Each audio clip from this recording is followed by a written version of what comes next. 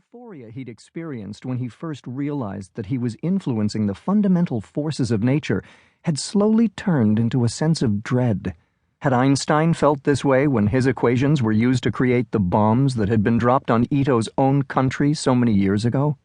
Had Einstein understood that, while intoxicating to explore, nature would never allow itself to be mastered by something so trivial as the human mind? As if reacting to his thoughts, the intensity of the earthquake began to grow. This time, though, something was different. Within a few seconds, Ito was struggling to stay upright, even with both hands gripping the console in front of him. The roar of the tremors filled his ears, making it impossible to understand the high-pitched shouts of his new assistant. A pipe snaking across the ceiling burst, showering him with a stream of frigid seawater powerful enough to finally knock him off his feet.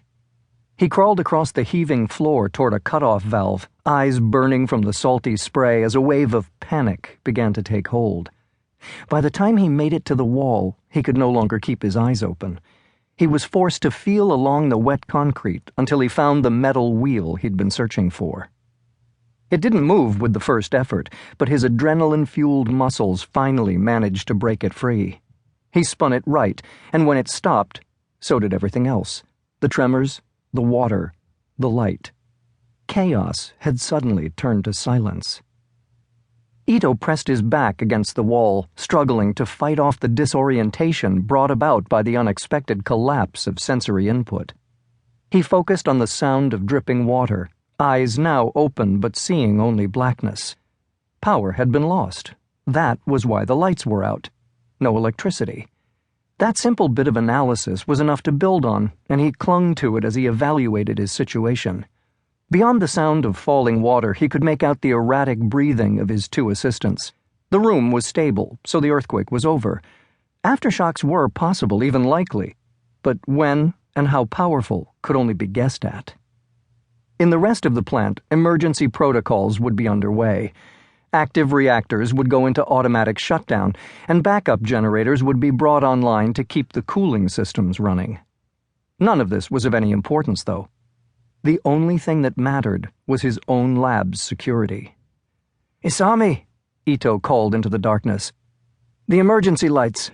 Can you reach them?" A grunted affirmative was followed by the splash of lurching footsteps. They'd trained for this situation, and after only a few seconds, the room was bathed in a dull red glow. Isami was predictably at the switch, but Mikiko was huddled beneath a table, her eyes locked on the thick glass wall that ran the length of the room's north side. The dust and water vapor hanging in the air created a kaleidoscopic effect, but not enough to hide what she was fixated on. A jagged, lightning-shaped crack that ran from floor to ceiling. Mikiko suddenly bolted for the door, slamming into it and clawing for the handle.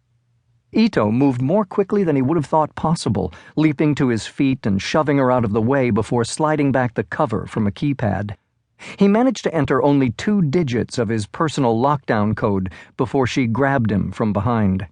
His air was cut off as she snaked an arm around his throat, but he kept one hand wrapped around the door's handle and refused to be torn away. Her terrified shouts filled the room as he fought to get the remaining sequence into the pad.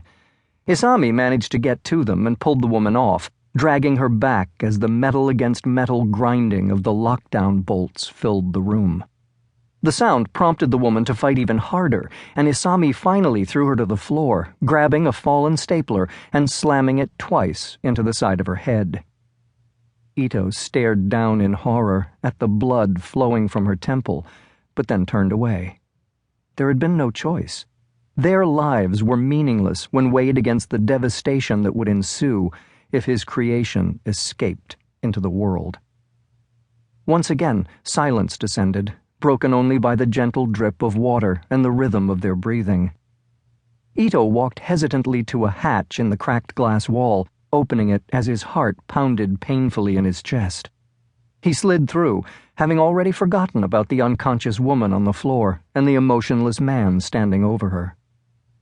The glass cube containing his experiment was supported by hydraulic shock absorbers and thick rubber pads, additional insurance against eventualities exactly like this one. They were all intact.